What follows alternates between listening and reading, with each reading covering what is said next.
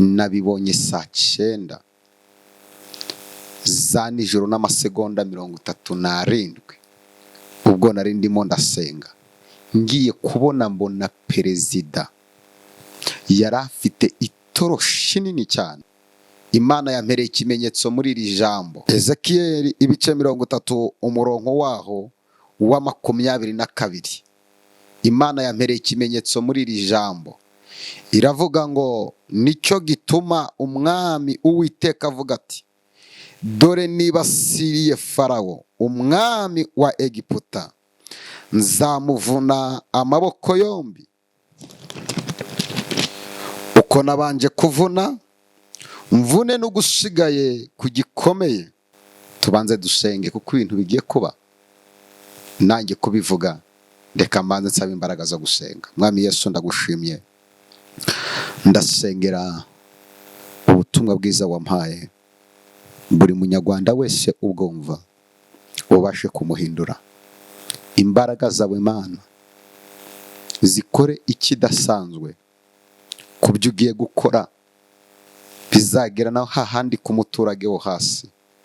Mana urengere buri muntu wese, kandi iri jambo rigira icyo rikora, icyo ushaka kibe, mu izina rya Yesu Kristo, amen. Nshuti, ubwo nari ndimo ndasenga nijoro agatotsi kantwaye saa 9 n'amasegonda 37, mbona iyerekwa rikomeye. Nagiye kubona mbona perezida w'igihugu. Mu isi y'umwuka abadasobanukiwe ibintu by'umwuka wera, abashushanya Imana, nagiye kubona mbona perezida w'igihugu, mbona afite itoroshi nini cyane, yamurikaga mu banyapolitiki, akamurika mu bacuruzi. Mbona iyo toroshi yayitoroshaga mu banyamadini, abasenga, abakinnyi b'imipira, abanyamuzika, ibyamamare. Mbona iyo toroshi ahantu hose agenda amurika. Ubwo nari ndi mwiyerekwa, umwuka wera aransobanurira ngo impamvu ureba iyo toroshi perezida ayifite, arambwira ngo Imana irimo gushaka inyangamugayo, kubera ko abantu benshi batakaje ubunyangamugayo. Yaba mu banyapolitiki hari abantu batakaje ubunyangamugayo, mu banyamakuru batakaje ubunyangamugayo. Irambwira ngo mu banyamuzika abantu benshi batakaje ubunyangamugayo, mu bacuruzi batakaje ubunyangamugayo, abakinnyi b'amafilime bamwe muri bo batakaje ubunyangamugayo. Imana irambwira ngo bwira abantu, uko yansobanuraga izo nzozi umwuka wera, arambwira ngo bwira abantu ngo bongere bagaruke ku rufatiro, kubera ko abantu benshi bafite ibikomere, kubera ko abo bari bizeye ko bazababera inyangamugayo babaye inkundamugayo, banze guhagarara ku kuri baba inyangamugayo. Abantu benshi barahemuka, ukizera umuntu akaguhemukira, ukamwizera nk'inshuti yawe, mu gitondo akakugambanira. Ukizera umuntu uzi ngo ni umuntu wakugirira umumaro, ejo mu gitondo akaba ari ugucukurira urwobo akarukujugunyamo, waramwizeye akakubera inkundamugayo. Mwuka wera arambwira ngo bwira abantu bongere bagaruke ku rufatiro. Hari abantu benshi bafite ibikomere bagendana nabyo, nawe unkurikiranye ushobora kuba uri muri abo, ukaba warizeye umuntu akaguhemukira, akagutungura. Umuntu ukamwizera nk'inshuti yawe, mu gitondo akakugambanira. Umuntu ukamwizera nk'umuntu wakakugiriye umumaro, ariko mu gitondo akaba ari we usanga ari gucura imigambi mibi ku buzima bwawe. Inshuti yanjye, Imana yambwiye ngo mbwire buri muntu, wowe wakomeretse, Imana yambwiye ngo hari ibintu igiye kuza gukora kuri wowe, kubera ko abo wizeyemo ubunyangamugayo nibo baguhemukiye. Imana irambwira ngo igiye gukora igitangaza kizitirirwa Imana, kitazitirirwa umwana w'umuntu n'umwe ku buzima bwawe. Hanyuma nyemerera gusengera Imana, mvuge ibindi bitatu bikomeye ku buzima bwawe. Wowe turebana, hari ikintu Imana ishaka kugukorera uku kwezi, kandi uzakibonesha amaso yawe. Niba wizeye, itegure mu minsi 7 hari neza y'Imana uzabona idasanzwe. Imana ntiyitaye kuri icyo kigeragezo utinzemo imyaka. Icyo ikeneye kuri wowe nuko binyangamugayo ugakiranuka. Abantu bakwereye imbuto mbi, ariko Imana yambwiye ngo irashaka wowe uberera imbuto nziza. Abaguhemukiye Imana irashaka wowe ubereke kutari nkabo. Hari ubutumwa rero bukomeye Imana yampaye ibunyujije mu ijambo ryayo. Nyemera tubusomane, buri mu gitabo cya Ezekiel ibice 30 umurongo waho wa 21.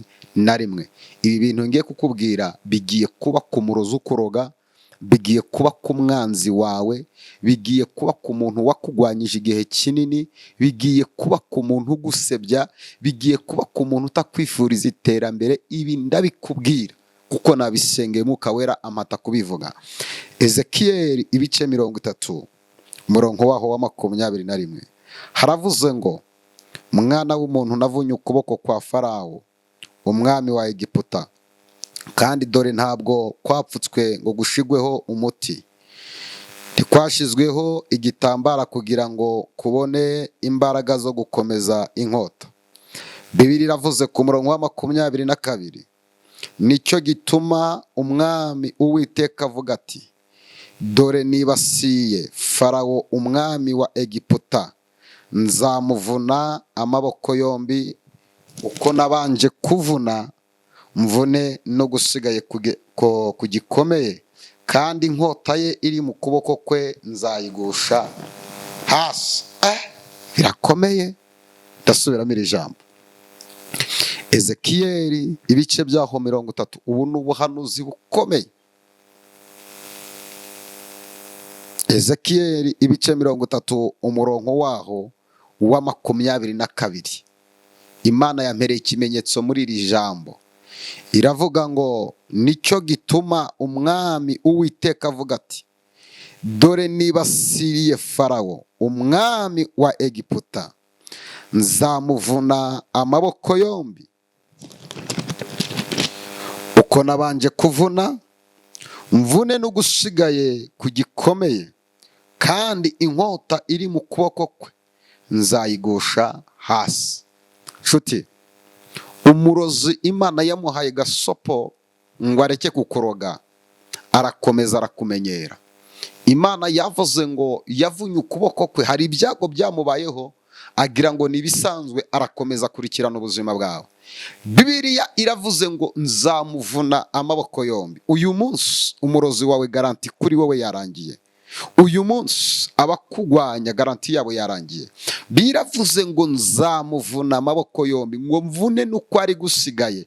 Nukuvuga ngo uwo muntu wakugwanyaga hari ibyago byamugezeho, Imana ibimugabije, ariko akomeza kukugwanya. Biravuze ngo nzamuvuna amaboko yombi. Benole Shalibori Yadrike Dry. Hari ibintu Imana igiye guha gasopo. Iyo ngwara Imana yishire iherezo. Iryo deni rigukomereye Imana irishire iherezo. Uko kubura urubyaro Imana ibishire iherezo.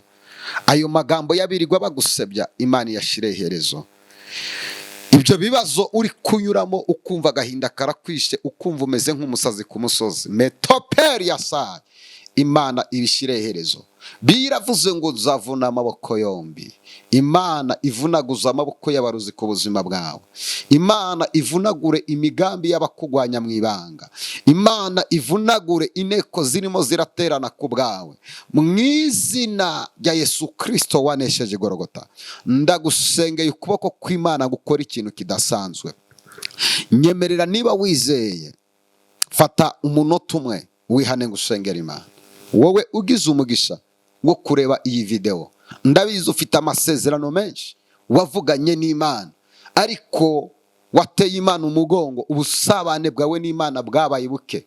Wabonye utinze mu kigeragezo, uravuga uti n'ubundi ndabona Imana itantabara. Oya, garukira aho ugeze, wongera ukorera Imana. Imana iragushaka. Imana iragushaka, icyo yavuganye nawe izagikora. Biravuga ngo abiringiye Uwiteka tumeze nk'umusozi Siyoni utabashika kunyeganyega. Iyo abuze agaciro wowe kuri umusozi udashobora kunyeganyezwa, Satani ntiyakaba yazana umusozi w'ubukene n'amadeni n'ubushomeri imbere yawe ngo nurangire ugire ubwoba. Wakabaye Satani yagusanganye intege nkeya, akuhuma amaso akakwereka ko utari umusozi, akakuzanira uwundi musozi iruhande. Iyo wuzuye imbaraga ubwira Satani, ukamubwira ngo Satani, unzaniye umusozi nanjye ndi umusozi, ukawubwira ngo wa musozi we uzahinduka ikibaya, kuko marayika yabwiye Zerubabeli akamubwira ngo Zerubabeli, gusenga kwawe kwarumvishwe, egera hirya mvugane n'umusozi ukuri imbere. Peri amori ya dandi kedesaya, wowe higama Imana ivugane n'iryo deni. Mana irambwiye ngo manika amaboko uyibwire ngo Mana ndananiwe. Urebe Imana ngo iragusohora muri izo ntambara. Iyi Imana igiye gukora ntabwo ikorera kuri fondasiyo, ikora ibyayo bitazagira ubyitirirwa. Mpamvu imiryango yakuvuyeho abantu bakakuvaho, irashaka kuzagukorera igitangaza bariya bagiye bakakugarukira, ukazavuga ngo Mana nabonye imirimo yawe, ukazavuga ngo Mana abantu bananiwe nabonye ineza yawe. Ndaguhanuriye mu izina rya Yesu Kristo, Imana igukureho iyo ndwara, Imana igukure muri iryo deni, Imana iguhereze urubyaro, Imana igukorere mariage, Imana igukureho iwo mudayimoni w'inyatsi. Abo bana bawe Imana ibahereze ubwenge, uwo mwana urwaye batse ubwenge, uwo mwana ufite ikibazo mu mutwe, ndasenze mu izina rya Yesu Kristo, icyo gisasiro mama wawe aryamyeho, uwo muryango wawe utumvikana, ndawusengeye wakira neza y'Imana. Receive in the name of Jesus Christ. Akira igitangaza cy'Imana. Imana irakubohoye, Imana igiye kugukorera igitangaza. Nari nkuzaniye ubutumwa buvuga ngo Imana ikeneye kuba inyangamugayo. Aho ugenda uba inyangamugayo, aho ukorera uba inyangamugayo, ku kazi uba inyangamugayo. Imana ikeneye ko uri ambasaderi w'Imana. Wowe ntabwo uri hano ukorera ijuru, oya, ahubwo wowe uri hano waroherejwe n'ijuru kugira ngo uba ambasaderi w'Imana. Abantu nibakubona bakubonemo Yesu, abantu nibabona mu kazi bakubonemo imbaraga z'umwuka wera. Nshuti yanjye, biba imbuto nziza aho utuye, abantu bazazisarura. Imana iguha umugisha, ihane gusengera Imana. Ese wakoze ibyaha byangwa n'amaso y'Imana? Urashaka Imana yongere kugirira neza? Nshuti yanjye, ubuzima bwawe bugarurira Imana. Imana iragukunda, impamvu utarapfa. Hari abakoze ibyaha nk'ibyo wakoze bibagiraho ingaruka ikomeye cyane, ariko wowe Imana iracyagutwikiriye. Nta kindi kikurinze, ni ubuntu bw'Imana. Ndakwibutsa ko amahirwe ufite uyu munsi, wikwita kuri stress z'ibibazo, ndakwinginze iyegereze Yesu, urebe Yesu ngo azagukura muri izo ntambara. Ndagusengeye Imana yongere guhereze imbaraga zo kuyikorera. Ubusabane wagiranaga n'Imana muri bya bihugikizwa byongere bigaruke ku ruhande rwawe. Mu izina rya Yesu Kristo ndasengera buri munyarwanda wese, yaba ari mu cyaro, yaba ari mu mujyi, yaba ari mu bihugu by'amahanga. Mana we, ukuboko kwawe kumugaragareho. Abera bagukoreye bazabona intsinzi mu minsi 7, bazabona ineza yawe. Buri munyarwanda wese ugwaye, Peri amori ya drari, ndamusengeye Mana yakire gukira. Umuntu ufite agahinda ukurikiranye iyi video, wari wihebye yumva ashaka kwiyahura, ongera umuhereze ubuzima mu izina rya Yesu. Amen. Imana iguha umugisha.